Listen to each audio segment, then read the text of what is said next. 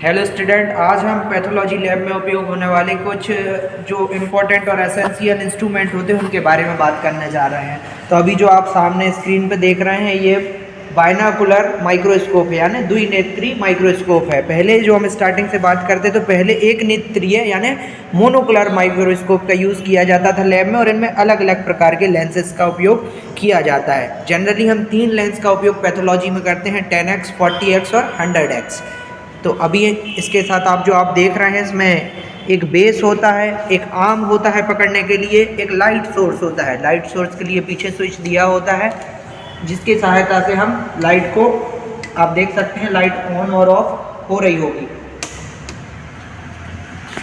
ये देखिए light on हो गई है, और यहाँ पे हम स्लाइड को, जो स्लाइड का स्टेज होता है, इस स्लाइड को रख के नीचे से लाइट सोर्स उस पर पड़ता है और हम ईजिली चीज़ों को मैग्नीफाई करके डिटेक्ट कर सकते हैं।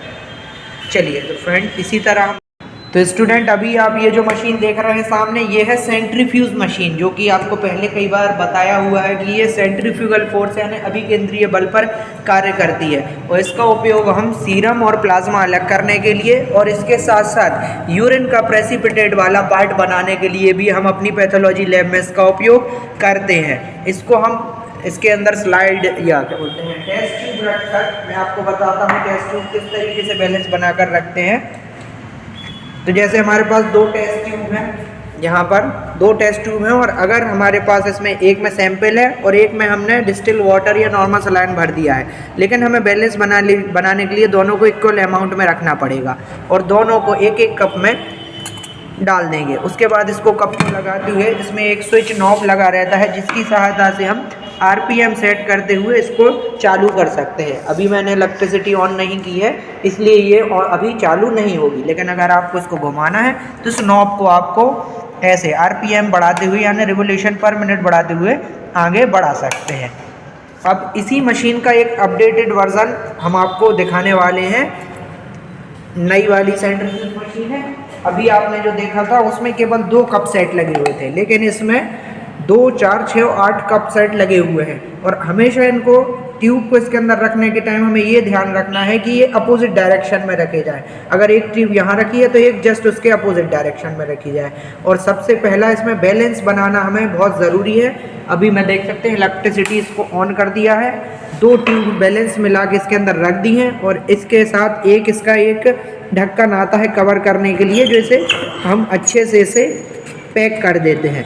पैक करने के बाद यहाँ एक नॉब लगा हुआ है, अगर आपको दिखाई दे रहा होगा, इस नॉब की सहायता से आप देखेंगे कि हम स्पीड को सेट करते हुए मशीन हमारी घूमने लगी है।